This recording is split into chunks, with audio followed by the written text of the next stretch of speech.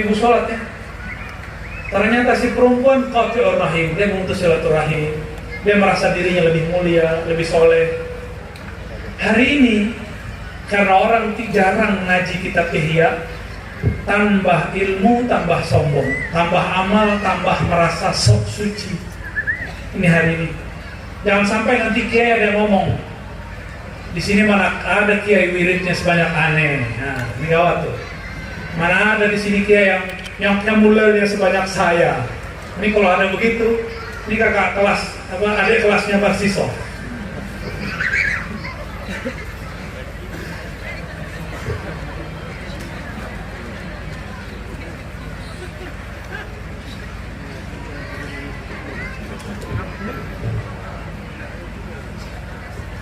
Orang kalau ngerti bahaya dosa, dari dosa nuriyah, ada hijab zulmat, kita sudah tahu semua maksiat yang semua orang sudah sepakat, minum khamar, semua ya, korupsi itu zulmat, zalim zulmat, tidak amanah zulmat, itu zulmat, semua orang semua tahu. Apabila seorang hamba tahu bagaimana bahayanya baik dosa karena hijab nur ataupun hijab nar, maka kolbunya akan merasa miris. Ta'allamal qalb, begitu dalam kitabnya. Kolbu akan merasa tidak nyaman dengan hal itu. Fa innal qalba mahma sya'ara bi fawati mahbubihi ta'allama. فإن كان فواته بفعله تأسف على الفعل المفوت ويسمى تعلم بفعل المفوت لمحبوبه nadaman. Nah, jadi beliau ketika menjelaskan apa itu nadam, menyesal. Kalau kita nyesal kenapa Pak?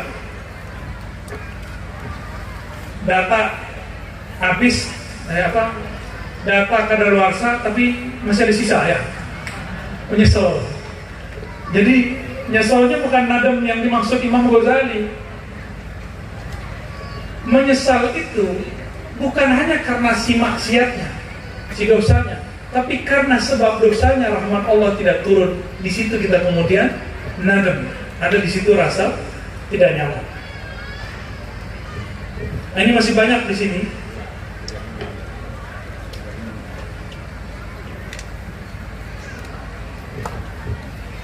Sepertinya masih diringkas cepat-cepat ini. Ini lain kalau saya duduk berdiri begitu jadinya. Baik, tidak masalah ya. Ini sudah banyak poin sebenarnya, Bapak Ibu. Kita kembali ke atas tadi, bahwa dosa ada 3 tingkat. Nah, yang diingat-ingat, dosa awam itu dosa zahir. Yang kedua dosa khawas, dosa qalbu. Yang ketiga dosa apa? Dosa adab ya, ini dosa khawas. Jika mengenal bab ini, maka orang akan menyesal. Contoh, ada santri, dia jalan depan kiainya, tapi dia nggak lupa kalau itu kiainya, dia jalan aja selonong, akhirnya merasa tidak nyaman, menyesal nggak? Nah, itu namanya nadam. Itu maksud beliau, an-nadam, penyesalan ya. Rasulullah melarang berdebat, lalu kita berdebat, menang debat, tapi perasaan hati senang nggak? Orang menang debat hatinya gundah, orang kalah debat hatinya malu. Sama-sama nggak enak, ada perasaan nggak enak, lalu dia sesali, disebut an-nadam. Maka Nabi mengatakan an-nadamu taubah, engkau menyesali, itulah taubat. Maka Nabi Adam ketika mengatakan zalamna ya Rabb, kami menyesal, kami zalim, itu beliau sedang bertobat ya.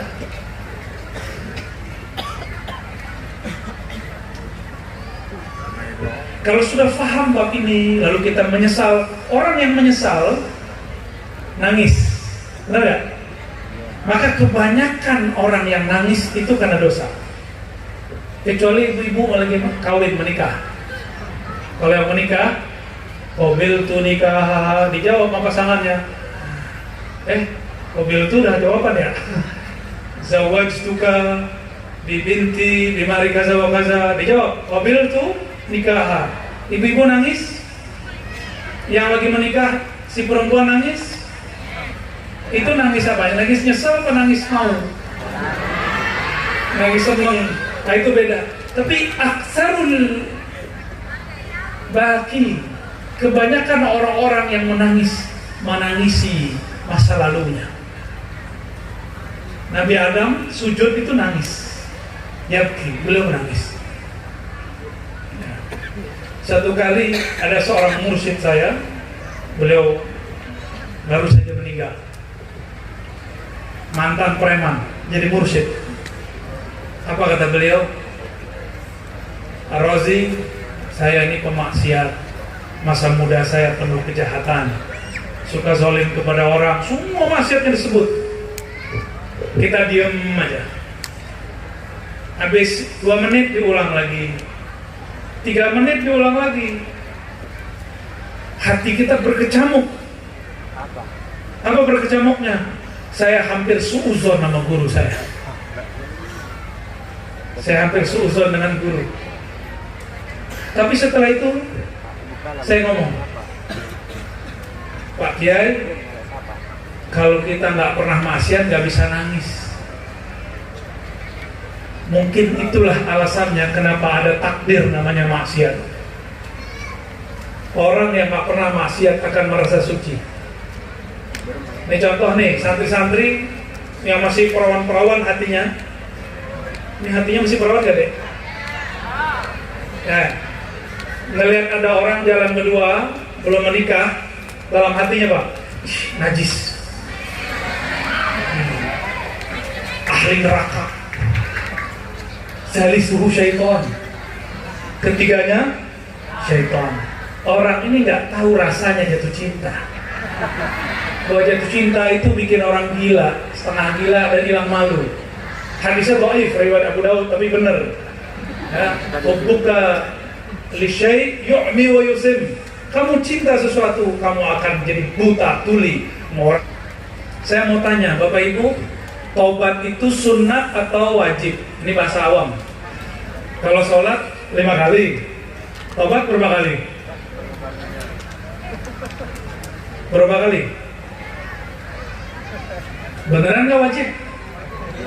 Kalau wajibnya alal faur atau alal tarahi? Sekarang juga sesegera mungkin atau nanti? Sekarang juga tobatnya. Maka Imam Ghazali mengatakan, i'lam anna wujubat taubah zahirun bil akhbar wal ayat wa huwa wadihun bi nuril basirah. Ketahuilah bahwasannya taubat itu wajib, bukan sunnat. Kalau dalam bahasa usul fikih mustahab, bukan sunat ya. Ini wajib hukumnya. Maka orang nggak bertobat dosanya 2 kali. Udah maksiat lalu tidak meninggalkan maksiatnya, terus dia kemudian bermaksiat. Jadi tarkut taubah, meninggalkan taubat itu sendiri juga dosa. Orang maksiat dosa, lalu dia mengundur maksiatnya, dosa 2 kali.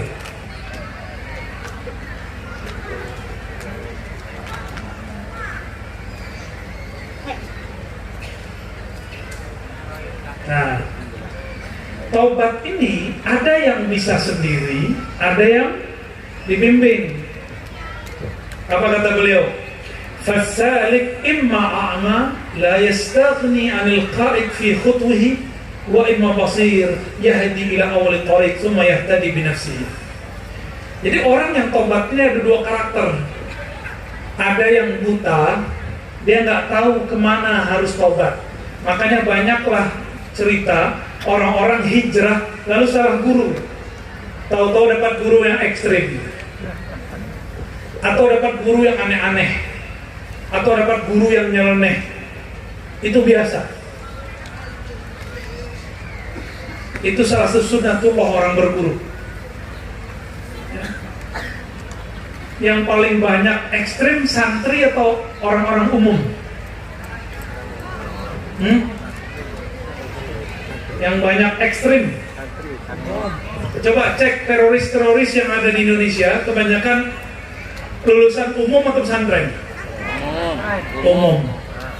Bener ya? Ya. Aku yakin. Itu dia pengen bener, pengen tobat. Ketemunya ustadz-ustadz yang mengajarkan jihad tidak pada tempatnya. Ini cara tobat. Ya akhi, hadhihi hiya taubah. Innamal jihad huwal qital. Orang bertobat langsung diajarin qital, ya. Ada lagi yang lucu, kiai. Kalau para kiai sudah makomnya, ya. Baru hijrah sudah bahas bab ta'adduduz zawaj. Tahu? Baru hijrah nih. Kiai itu udah lama-lama ngaji, belum berani sebagian besar ya. Min babil khauf minal khaifin. Tapi mereka sudah berani bab itu. Tapi itu masih mending, masih oke. Paling-paling dia berkorban dia sama dia aja. Tapi kalau masuk ke bab jihad, kita sudah lihat banyak sekali orang-orang yang salah berguru, salah majelis. Nah, kita punya harapan besar kepada para santri, terutama mahasantri. Jangan nanti ilmu itu dikitman, disembunyiin, ya. Harus disebar. Sekarang sudah banyak cara menyebarnya. Baik. Maka orang-orang yang salik al-a'ma, yang dia tidak tahu jalan, carilah orang yang mengetahui jalan. Ini yang disebut dengan ittikhadus syekh wajib. Wajib berguru, bermursyid. Jadi cara tobat pun, kalau yang nggak tahu caranya, cari mursyid, cari kiai yang mengajarkan. Mursyid itu kan bahasa Arab, bahasa kita bisa kiai, bisa syekh. Apalagi di Madura ada istilah lain pakai kiai, abuya gitu ya, bukan abuya rosi, kiai lah ya, syekh. Mereka nanti akan menuntun insya Allah.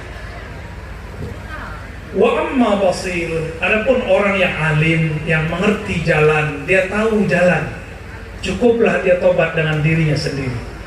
Nah, inilah uniknya umat Islam. Kita kalau tobat gak perlu ada pengakuan kepada imam, kepada ustaz. Tapi kalau di agama lain mungkin ada pengakuan dosa, benar nggak? Ya, kita nggak perlu mengkritisi agama mereka, tapi ini syukurnya kita. Maka dosa kita cukup kita adukan kepada Allah, nggak usah dikatakan kepada manusia. Ya, jalan tol. Babnya bab ini, ya. Imam Ghazali menyebutkan beberapa riwayat. Ada riwayat yang sahih, ada yang tidak sahih. Yang kurang sahihnya, lafaznya begini, tapi maknanya benar. At-taib habibullah. Orang yang tobat itu kekasih Allah. Maka Allah jatuh cinta kepada orang yang tobat. Yang mana Allah belum tentu jatuh cinta kepada orang yang merasa taat. Merasa taat lah, bukan taat. Ya. Wata'ib minadzanbi kaman la dzanbalah. Nah, lah, potongan kedua ini kualitasnya hasan. Orang yang tobat dihitung seperti tidak pernah maksiat. Orang yang tobat, ternyata ada satu asrar rahasia dalam hadis yang sahih dikatakan, idza aznabal abdu, jika seorang hamba maksiat, maka di kolbunya ada titik noda hitam, nuqtatan sauda. Nih, tadi buka situs yang aneh-aneh, buka video yang aneh-aneh, itu kolbunya gelap. Baca status aib orang, berdebat di sosial media, kolbunya gelap. Rasakan aja, nanti kolbunya gelisah. Seperti kita gelisah kalau lampu mati, kecuali orang pasutri, pasangan suami. Nah itu kalau gelap malah senang, ya. Kalau kita sendiri lampu mati, gimana? Gelisah nggak? Di saat seseorang bermaksiat, baik zahir, baik batin, baik adab, maka kolbunya akan merasa gelap. Disebut nuqtatun sauda, bukan nuqtah, nuqtah, noda. Kalau nuqtah titik.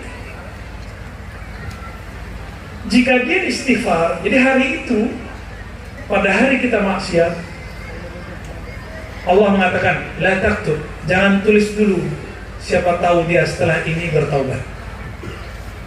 Siapa tahu dia setelah ini istighfar.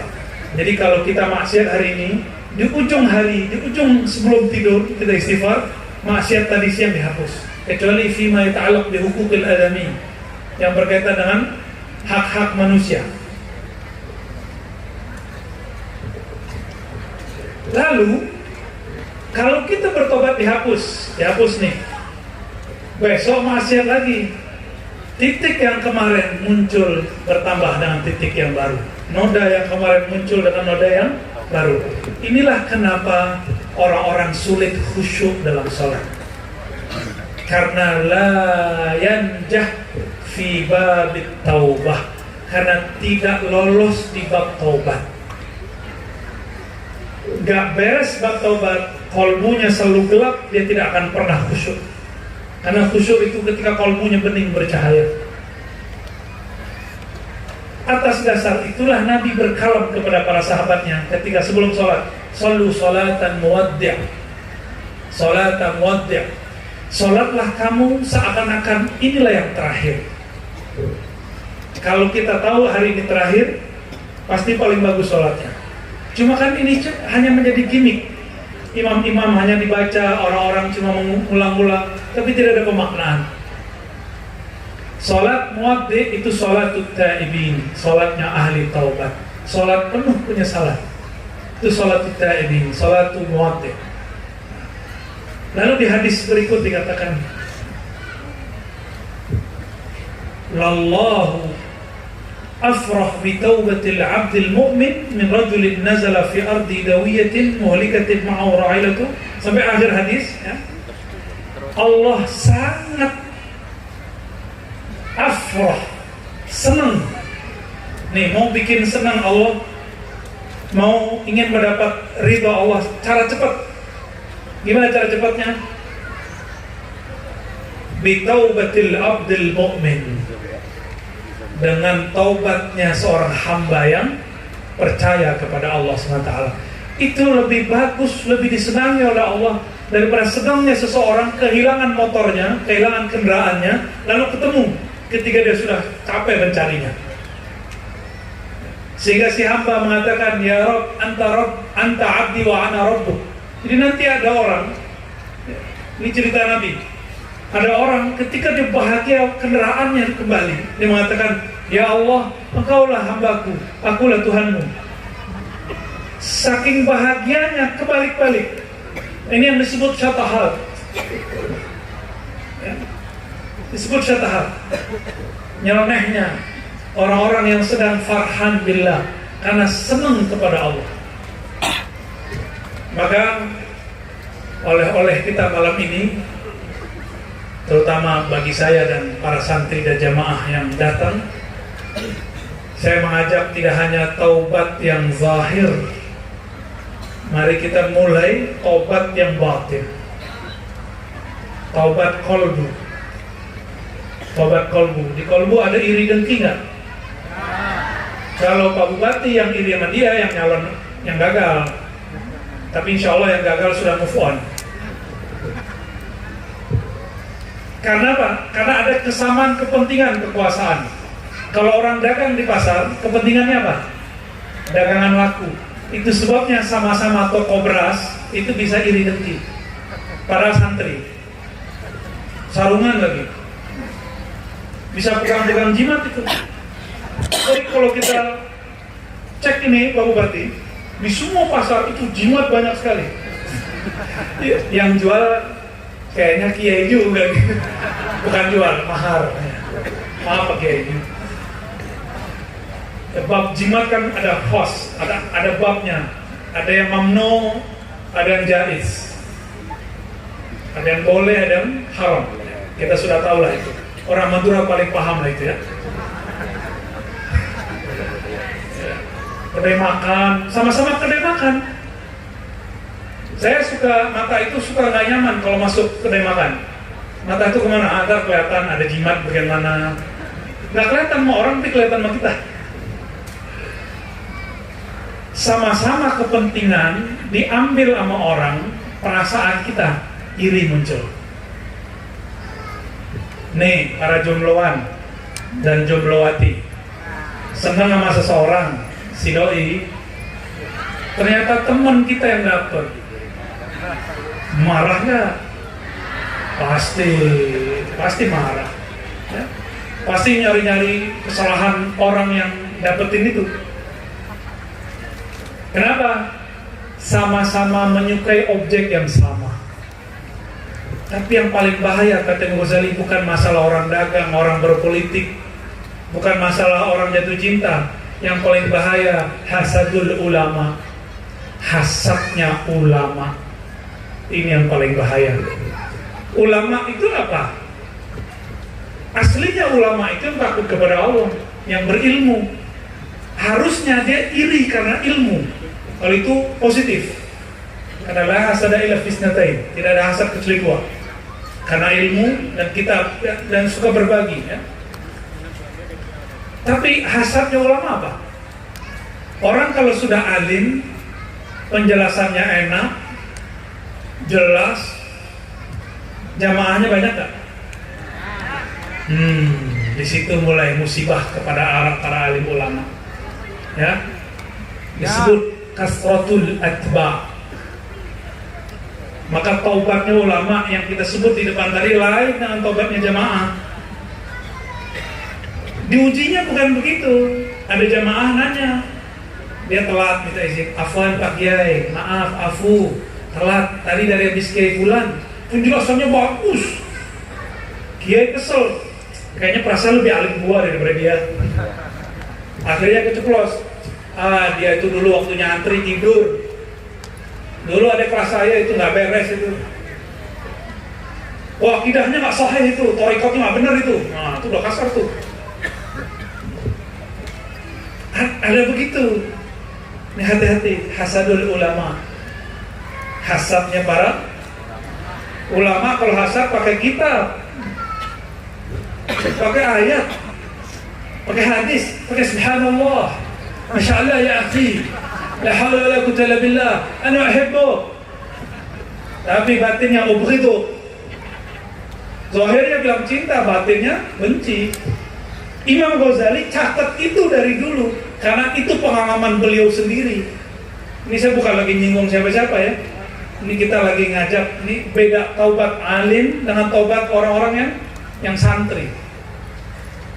Kita nggak senang ada orang ngaji, teman kita, murid kita ngaji ke guru yang lain, itu dosa loh. Itu harus ditobatkan itu. Itu kiai kalau ngajar, hasadnya akan nyebar-nyebar. Kalau guru hasid, muridnya hasid. Gurunya alim, muridnya alim. Gurunya beradab, muridnya beradab. Gurunya ngajarin hasad, muridnya hasad semua. Ini yang dikatakan Imam Sya'rani, Al-Wali, Ibnul Wali. Yang paling parah Imam Sya'rani itu ngomong kalbun, Ibnu Kalbin, yang mengerikan sekali ya. Anjing anak anjing, aduh ngeri kali itu Imam Sya'rani. Wali anak wali. Ya, kita nggak sampai lah mengatakan itu ya. Ini bahaya, ini itu saya sendiri. Itu saya sendiri. Dan siapapun yang merasa dirinya diberi ilmu oleh Allah, rasakan godaan itu nyata sekali. Nyata sekali. Mau dia berumur masih muda apalagi sudah tua, ya. Beda taubat orang alim dengan jamaah lain, ya. Ada lagi namanya taubat dari riya. Riyanya orang alim lain dengan orang awam. Orang alim itu riyanya menyebutkan kitab. Qala fi kitab kaza wa kaza wa kaza wa kaza. Dalam kitab ini halaman sekian, itu senangnya bukan main tuh. Ya. Kita senang kan dimanjakan oleh guru begitu? Senang. Itu bagus secara zahir. Tapi batin dia merasa, di Madura ini cuma saya yang alim. Hanya saya yang bisa menjelaskan pakai kitab. Ada begitu, dia wajib tobat. Allah nggak pandang kolbunya. Allah nggak suka sama orang-orang begitu. Walaupun ya dia duduk tinggi, berdiri tinggi dari jamaahnya, mungkin jamaahnya lebih afdal dari dia. Nah, itu terjadi. Imam Ghazali cerita tentang dirinya. Imam Ghazali cerita tentang dirinya bahwa dia merasa dirinya alim. Maka dia tebus itu. Di salah satu rihlah Imam Ghazali, beliau khalwat di salah satu menara di Syam. Turun dari menara sampai di masjid. Ternyata di masjid orang lagi buka kitabnya. Imam Ghazali nyamar jadi murid. Yang dibaca kitab Imam Ghazali. Nah, itu cara beliau. Gak ngomong, itu kitab gua tuh, kitab aneh tuh. Gak ngomong dia. Apa riaknya? Ingin disebut alim, takut disebut jahil. Sehingga ketika ada orang bertanya satu bab, dia tidak tahu kitabnya. Pura-pura menyebutkan satu kitab. Dan dia menipu dirinya dan jamaah. Itu terjadi juga. Kita cukup mengatakan, ana la adri. Kata Imam Malik, qauluka la adri nisful ilm. Engkau mengaku tidak tahu, itu separuh tahu. Kalau tidak tahu, cari tahu. Tapi kalau sudah merasa tahu, lalu membantah, akan sulit diberikan ilmu oleh Allah SWT. Maka taubatnya alim takhtalif an taubat al-muta'allim. Ya? Jadi saya mengajak diri saya sendiri dan kita semua, mari sesuaikan taubat kita sesuai dengan makomat yang tadi. Nah, sebagai penutup, Nabi SAW bertobat di hadis yang disebutkan 70 marrah, yang kedua 100 marrah, 70 kali, 100 kali. Saya bagikan teori tekniknya, silakan amalkan di rumah. Ternyata 70 dan 100 itu jika dibawakan ke dalam diri kita, bukan ngitung.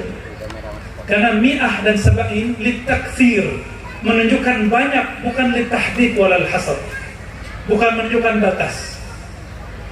Ternyata cara yang paling gampang memulai istighfar di setiap anggota tubuh.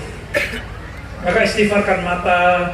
Hari ini sudah berapa kali melihat yang tidak pantas dilihat? Pernahkah bernafsu kepada orang yang tidak pantas kita bernafsu kepadanya? Pernah? Kalau ya, istighfarkan mata. Pernahkah memandang orang lalu menghinakan dia? Istighfarkan satu-satu. Pernahkah mendengar lalu senang jika yang didengar aib orang? Istighfarkan itu. Ini thariqatut taubah, paling gampang. Maka semua ini jika dihitung, jika ada 7 anggota, masing-masing 10 kali tobat, itu yang disebut 70. Ya, jika dijadikan 10 anggota, masing-masing 10, ini pas jadi 100. Maka ungkapan 100 bukan menunjukkan angka, ini menunjukkan kita benar-benar mendetailkan, terperinci dosa-dosanya satu persatu. Maka Bapak Ibu yang bukan Allah, silakan diamalkan. Istighfar mata, astagfirullah, dan dosa mata, astagfirullah, dan dosa telinga, ya, semuanya sebutkan. Semoga Allah jatuh cinta kepada kita mulai dari malam ini sampai kita mati. Amin ya rabbal alamin. Mohon maaf jika kalam saya ada yang tidak berkenan. Hanya Allah lah yang maha baik, yang maha lembut. Tidak ada maksud untuk menggurui, tapi memang lagi disuruh jadi guru. Semoga Allah meridhai kami yang membawakannya, dan semua masyayikh yang hadir untuk merestuinya, dan semua jamaah yang mendengarkannya.